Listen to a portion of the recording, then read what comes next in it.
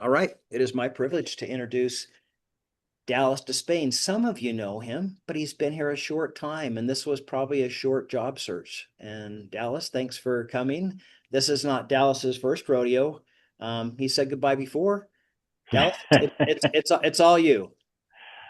Okay, great. Well, thank you, Steve. I appreciate that intro, and thank you, everybody in this community, for being here today and for supporting each other. Um, Steve is actually being a little bit generous with how he's describing my time with Job Team. I've actually kind of dipped in and out, haven't I, Steve, over the past 2.5 years, and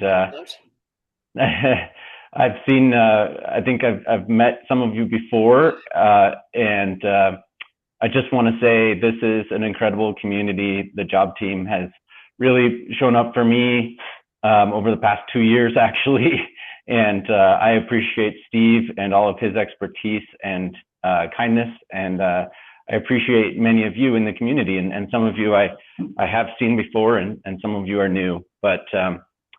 I really appreciate a chance to get to talk to you today. I have limited time. I've got my morning stand up at 9:30. So what I was thinking is I could, tell my story for maybe 20 minutes and then answer any questions for the last 10 minutes. So Steve, if you don't mind, maybe grabbing the hook after 20 minutes, that You would bet. be You bet. much appreciated.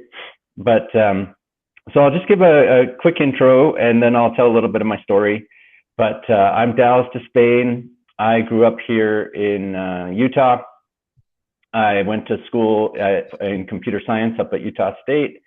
Actually got a dual degree in Spanish and computer science. So I kind of always had a split personality, I guess, like some some fine arts, and languages and literature, and some computers and math. Um, and then I've had a pretty long and I would say overall great career in tech, and I know I'm lucky to be in tech, and um, tech for a long time has just been like really incredible for building careers. And the first 10 years of my career were as a software engineer. I spent a lot of time trying to perfect my craft and trying to be really good at my hard skills. And then about 10 years into it, I looked around and started noticing that no matter how much I invested in my hard skills, my career wasn't going the way I wanted. So I thought, okay, I better start learning about this people skills stuff. And that was a pretty big um, growth period for me. The second half of my career, I kind of split my career up into two pieces. The second half of my career, I spent trying to figure out how to be a better people person, So I went after some different roles, like a tech lead role, right? Maybe I was a senior engineer on a team, or I even got into management eventually. I was terrible at it the first couple years. And then I took some other roles like project manager, scrum master, agile coach, and then eventually engineering manager. Um, but I always really just tried to say, look, I love solving problems. And if they're people problems, I love to solve those. If they're tech problems, I like to solve those. Um, and then my career, as careers do, they change over time. And I worked at a couple different small companies, some big companies, and some toxic environments, some healthy environments. And anyway, I feel like I do have a pretty good range of experience to bring to the table. Um, and I'm grateful for this career. But one thing I didn't really do well, I would say, is kind of invest in my network. And so I want to talk a little bit about that today. Um, there's all sorts of things I didn't do well. There's some things I did do well. But in the past 3 years, I guess, since 2024, I guess 2.5 years, I've had some turbulence in my career. And I know that if you're here, you're probably experiencing some turbulence in your career as well. And it's stressful and it's a wake up call. And it's also like not your fault. That was another thing that I really had to focus on during the past 2 years was like, you know what? I'm learning, I'm growing. I was caught up in a layoff in 2024 at Fidelity, which is a big company. Some of you might have your 401ks there. And I was there at that company for 6 years, which was great. It was a long time. And I kind of thought I would be at Fidelity for the rest of my life. I was, I started adopting all the nomenclature, and my resume started looking different. Like I was building a pretty promising career for Fidelity. But when I was kicked out the door in 2024, I sort of had to recalibrate. Like my resume didn't really land well. The way that I tried to sell myself and share my experience with the world didn't land all that well. And that's actually when I met Steve in 2024. Fidelity gave me a 6-month severance, which was incredible. Lucky that they gave me that long. And they also gave me, an opportunity to work with Steve, and I forget the name of the company, but the Harrison, is that it, Steve? It was Lee Hecht Harrison. Lee Hecht Harrison, thank you. Yes, and so that was really awesome that Fidelity set me up like that, because really Steve became a friend and a job coach, and this community became an important part of my life in the past 2.5 years. So let's see, where was I heading there? I just wasn't prepared, and it took me, so I was laid off in March of 2024, and I didn't get employed until I think August or September. So, my 6-month severance, I had like a month left when I finally got something. And using the techniques that Steve taught me, right? Like investing in my network, asking for support, investing in myself, all those sort of things that we all learn about, I tried to put into practice, but I was also trying to just grow and learn and readapt to the market. So anyway, I got a contract job through a friend, just like Steve has mentioned, right? That's generally the way to find them. And it wasn't until I started reaching out to my network that I was able to find a job. And I was excited about this job. It was a DevOps role, technical role. And, I worked there for, I think, 8 months. Unfortunately, in Christmas of 2024, the person who hired me, my friend, he got fired. So I no longer kind of had my buddy who sponsored me and believed in me and, gave me a contract. The next guy, he had different plans, and I was a contractor. So they just dismissed me in March, which was tough. It felt like, oh man, okay, here I am again. And it's a layoff. This time it was, I don't know why he wanted to get rid of me, but he did, and it was a tough blow. And then what I did after that is I just kept contracting. I'd already kind of gotten used to contracting. I figured out the insurance and all that stuff. And then I worked for some other friends on a contract basis throughout 2025.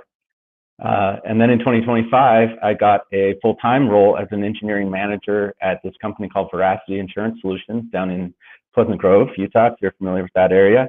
And I thought that was it too. I was like, wow, this is the perfect role for me. And then unfortunately, so after about 8 months at that role, I was dismissed as well.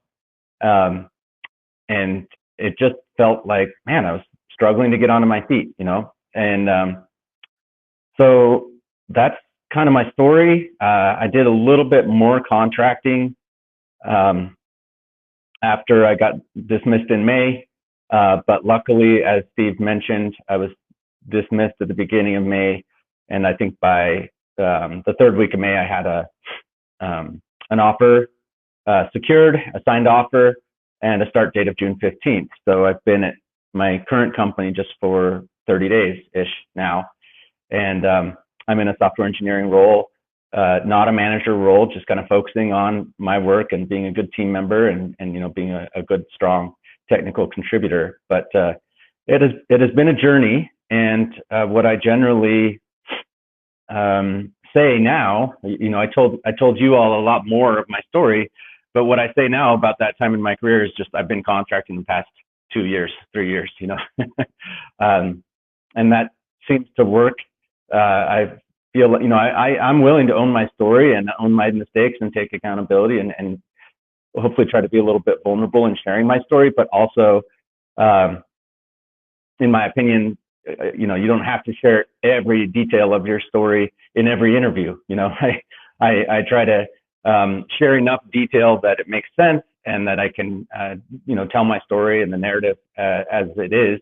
But I also don't go into a ton of detail when I um, share what has been going on in my career for the past 3 years with most people I meet. Right, I'm doing that here today, but I don't necessarily go deep. Um, so that's kind of what it looks like on my resume now. And just to share a little bit about this last time on the job market, I don't know how I got a role so fast. Honestly, it just felt like everything was moving quicker. The market was brisker. People were more interested. I had more recruiters calling. I had more interviews, and it just seemed to click. I'm really excited about this company I'm with right now called True Hearing. It's in Draper. I can take the front runner down from Kaysville, and it's just the front runner station is across the street from the building. So I feel really lucky and blessed to have gotten this role, and I'm just trying to stay heads down and work hard and get results. Uh, but I guess that leads me into kind of my takeaways or my thoughts about the job search process. So I'm going to switch gears now, and I apologize. I'm going to be looking at my notes, but a couple of things I've learned in the past 2.5 years of turmoil in my career and spending time with the job team and spending time investing in my network. Here's a couple of things I've learned. Number one, there's a lot of factors going on out here that are outside of our control, and so that's one thing I think to remember, right? Like we may not, the reason we're here might just be outside of our control, right? There's market factors, there's factors related to business and technology, right? AI is disrupting a lot of things. A lot of things are changing. Competition is getting stiffer. There's more qualified candidates out there. At least if you're in tech, there's a lot more competition from outside of the U.S. There's just really strong, good engineers all over the world, and you're competing with them when you're trying to get some of these roles. So that's outside of your control. And then the economy, right, is just getting harder, in my opinion. I don't know if you all have noticed that, but wages haven't really grown. If inflation has happened, there's less growth. There's a lot of things outside of our control. So my thoughts and tips is to focus on things that we can control, give ourselves grace for the things we can't control. I think I've heard that in a prayer somewhere, Steve. But so things you can control, right? You can control how much you're investing in your network. So reaching out to people you know and care about, meeting with them, connecting with them, offering to help them, right? There's really only so much time in a day that you can spend on your job search. Again, this is, in my opinion, I usually try to spend a couple hours on my job search each day. Steve has good metrics that kind of help us hold us accountable, right? It's like how many resumes are you submitting? How many interviews are you getting? Stuff like that. But then also make sure you're reaching out to people and offering to read their resume, proofread their resume, give them a referral. Just be a good community member. Also invest in your brand. That's something I didn't know I had to do. In fact, I've kind of let it. It's not going well right now. I'm not posting to LinkedIn as often as I should, but I did quite a bit in the past year and a half, 2 years. I posted on LinkedIn quite a bit and tried to kind of build a brand so people know who I am and what I'm about and what I'm spending my time on. And then invest in yourself. Keep your spirits up. Spend time with people you love. This time will pass, and it's not a you problem. It's just a situation. It's a collective experience we're going through. So there's really no trick to this. Keep your spirits up, keep your people close, and then work your system, right? And Steve has a good system. The questions I was always getting asked when I was working here with the job team is, are you getting phone screens with recruiters? So that if you're not getting phone screens, then you got to work on that part of your job process, right? Usually it's the resume. So get your resume up to the point where you're getting phone screens. And then can you get interviews, right? So you got to be able to get the interviews. And then can you get to final interviews? So if you can't get to final interviews, you got to work on your interview skills, the story you're telling, the narrative, all those things. And then if you can start getting some final interviews, eventually you can have a job and you can get some offers.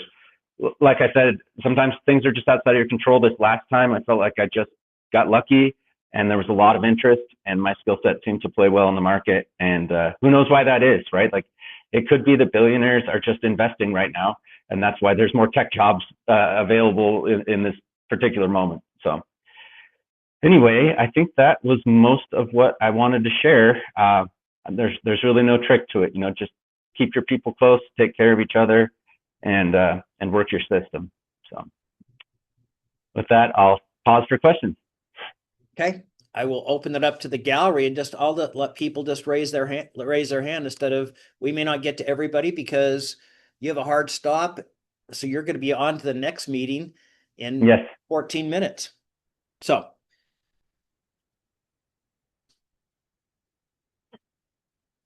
Okay, Tammy.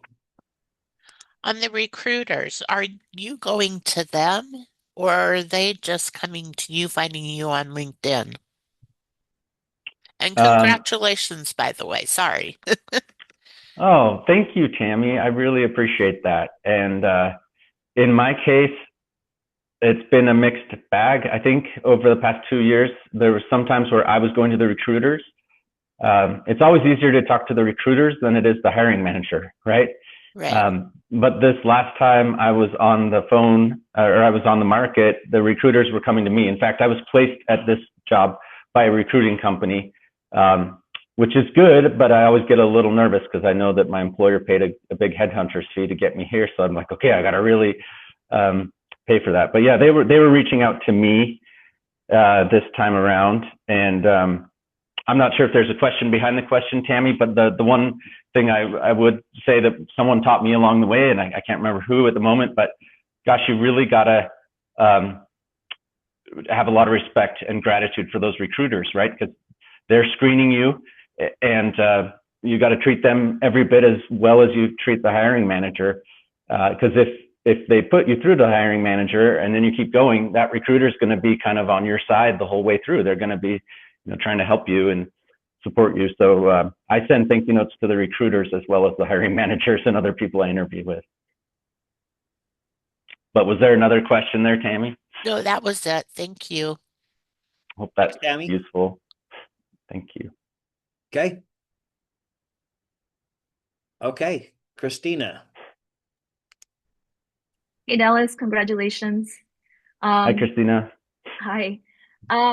So I understand it took you said about 6 months before you landed your position. I was wondering, looking back at some of the learnings that you had and the things that you went through, is there something that struck you that you thought, well, I wish I could have done sooner throughout my process of job searching? Yes, absolutely. And I hope I articulated well how important it is to show up for people and build a community of support, and that goes for many areas of life, right? You kind of need a village on your side. And I think I, for whatever reason, just kind of neglected that the first 20 years of my career.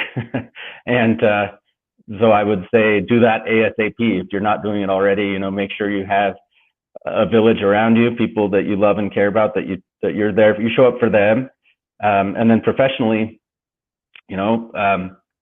watch out for people and invest in people and offer to serve them however you can. And this is a good reminder actually, because I'm up here thinking, oh man, am I really, I'm offering this experience and this advice, but am I really doing it lately? And actually, since I got this job, I've sort of stopped investing in my network, and I got to fix that. But yeah, I wish I had known that sooner, both in life and in my job search, is to really help people out, give them a referral, give them read their resume, practice interviewing with them, meet with them, just do whatever you can to kind of lift others up, so that when you don't have a job, people can lift you up. That would be my thing. Is that what was, did I answer your question, Christina? That was super helpful. Thank you. Yes. Okay, I'll put Sean on there next. I'll have to just see hands because we're going fast. Hey, real quick, congrats. That's awesome. Thank you. You mentioned something about if you're not getting recruiters, make sure your resume is speaking for you. How did you do that? How did you get your Yes, resume to that point? that is a great question. Thank you. Like I said, my resume was tailored for internal fidelity careers. And so when I first started, showing that resume around, it just, people were like, I don't know what this guy does. I don't know what he's all about, And so one of the first things I did was actually through Lee Hecht Harrison, through Steve. I got a professional resume review. And do they still offer that, Steve? If you're here in this group. So we're no longer affiliated with Lee Hecht Harrison. It was OCM Lee Hecht Harrison, but the template that you got back, everybody here gets a copy of that template. That was, as we call it, the ugly resume, not so attractive, but effective. I see. Okay. Yeah, well, that sounds great. So I had other people help me with my resume. I kind of had to strip it down and then build it back up line by line, and get the ATS stuff right. And that happened for me in 2024, but it took me, I don't know, 3 to 4 months to do that, right? It was kind of like I would make a change, see how it played in the market, and then I would tweak it and I'd get another review from somebody. I did eventually start using this tool called jobright.ai, Sean. Steve, I think you have the link, but it is an AI company. They have a free tier. You upload your resume and then they present jobs to you and then they give you like a match. And I know a lot of tools are doing that lately, but I did start using AI to tailor my resume before I submitted it. And that takes a lot of time and it's hard. And jobright.ai does a good job at making that quick. But I don't know, I kind of went back and forth and I think I went against best practices, Steve, but I started going for a while, Sean, I was just doing each time a perfect resume, like had to have like really high quality applications. So I would only get maybe 3 or 4 a day. But there was a time where I said, you know what, I give up. I just need to get like hundreds of resumes a day. And I don't know where that fine line is between high quality and high quantity, but I found probably more success just submitting more applications. If I submitted 100 applications in a week, I could usually get a couple interviews the next week. So, okay. I don't know if I answered your question there. Yep. Thank you. I put JobRight and JobScan. They do get JobScan Premium right now. So that is nice. They get that for, we don't know when it ends. We hope it never ends. Who's next? Jason. Hi, Jason. Hey, Dallas. Congratulations. I'll say first, try not to come back here again. What is your deal? Yeah.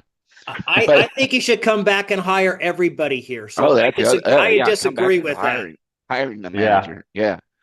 So you said you're working again as an individual contributor. Is that what you were looking for overall, or is that something you fell back to, or is that something you wanted to go back to just to keep your head down a little lower, as it were? Yeah. That is a really good question. Thank you. And I guess there are some parts of my personal life I didn't share in my story. But just to sum it up, I've been going through a lot of personal growth and change in my life. And that if you would have asked me that in 2024, Jason, I would have said I want to stay on the manager path. But just to give you a little inkling of what I've been going through, just a lot more responsibility at home. I have 3 kids, and life is changing with them. And I have found that right now is not a time for me to be trying to grow my career, right? I'm not trying to climb the ladder right now. I'm 46. I've got 3 young kids, from age 16 to age 11. And it's just kind of a high touch parenting time. So in the past year or two, as I told you, I kind of went back and forth during that 2-year period. Right. I got an engineering manager role, and I was doing contracting on the side. Where I'm at now is just, I need more than just a job. I need something that works for my life. So for me, having something where there was less responsibility at my job and less pressure to climb the ladder and solve all the problems and perform everything, I need something right now where I can put most of my energy towards my home life and my kids. And that's okay. So like you say, you got to do what you've got to do. Absolutely. Yeah. So I'm really happy to be an individual contributor right now and just do great work and let the decisions get made by someone else. Well, yeah, it's like I say, it's very good to see you again. And I hope this one works out well for you. I hope so too, Jason, and I wish you all the best in your search as well. There's as you can see, there's no right way to do this, right? I've been in and out of job team, and well, and you're talking about, should you should you make a perfect resume each time, or should you shotgun it? And through all this time here, I've seen both ways work. And I'm not sure there's a magic formula. It's just what works for you. That's right. But and you kind of gotta experiment with it too, right? Like right. try something, tweak it, and get a little system going. And I think Job Team provides great tools and framework to do that. So yeah, and great people. Yes, sir. Yeah. All right. Well, you take care. All right. Very good. Thank you so much, everybody. Best of luck in your job search, and keep your head up. This will pass. Thank you, Steve. Big round of applause to Dallas. Hold on. Let me get that on camera here. Hold on. Okay. Big round of applause. Thank you for coming and sharing your story today. And Thank you, everybody. All right. You're the best. All right. Good luck out there. All right. Bye-bye. See ya.